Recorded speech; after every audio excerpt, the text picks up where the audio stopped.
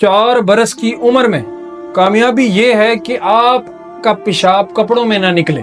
بسم اللہ الرحمن الرحیم۔ السلام علیکم ورحمۃ اللہ وبرکاتہ۔ تمام حمد و ثنا، تمام تر تعریفیں میرے مالک، میرے خالق اس وحدہ لا شریک لہ کے لیے، اور بے شمار ان گنت درود و سلام آپ صلی اللہ علیہ وآلہ وسلم پر۔ اپنے جسم کو ضرورت سے زیادہ مت سنوارو۔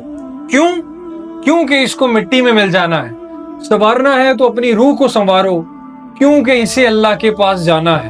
تو مین چیز یہ ہے کہ روح کو کیسے سنوارا جائے۔ ہم لگے ہوئے ہیں اپنے جسم کو سنوارنے میں۔ دیکھیں، 4 برس کی عمر میں کامیابی یہ ہے کہ پیشاب کپڑوں میں نہ نکلے۔ 8 برس کی عمر میں کامیابی یہ ہے کہ آپ کو گھر جانے کا راستہ آتا ہو۔ 12 سال کی عمر میں کامیابی یہ ہے کہ آپ کے دوست احباب ہوں۔ 18 سال کی عمر میں کامیابی یہ ہے کہ آپ کو گاڑی ڈرائیو کرنا آتی ہو۔ 23 برس کی عمر میں کامیابی یہ ہے کہ آپ نے اچھی ڈگری حاصل کر لی ہو۔ 25 برس کی عمر میں کامیابی یہ ہے کہ آپ کو ایک اچھی بہترین نوکری مل گئی ہو۔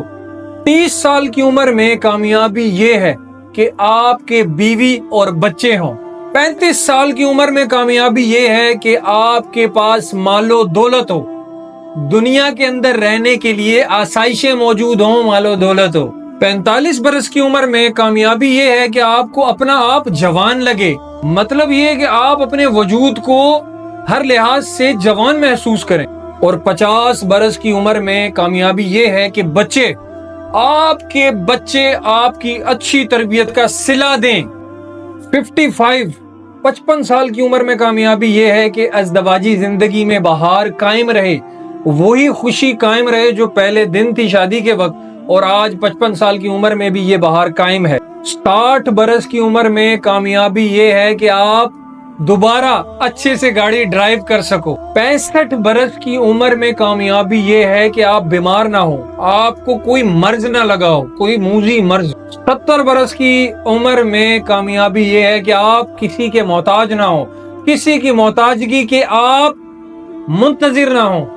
75 برس کی عمر میں کامیابی یہ ہے کہ تمہارا حلقہ احباب ہو، تمہارے پاس بیٹھنے والے، تمہاری بات سننے والے لوگ ہوں۔ 80 برس کی عمر میں کامیابی یہ ہے کہ آپ کو دوبارہ سے گھر جانے کا راستہ آتا ہو۔ 85 برس کی عمر میں کامیابی یہ ہے کہ آپ کا پیشاب آپ کے کپڑوں میں نہ نکل جائے۔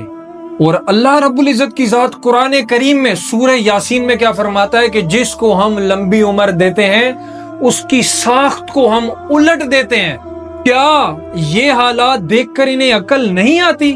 آپ نے غور کیا؟ ایسی ہی ہے دنیا، لہٰذا دنیا کے پیچھے بھاگنے سے بہتر ہے کہ آخرت کی غور و فکر میں ہماری زندگی شب و روز گزریں، کیونکہ آخرت کی کامیابی ہی حقیقی کامیابی ہے۔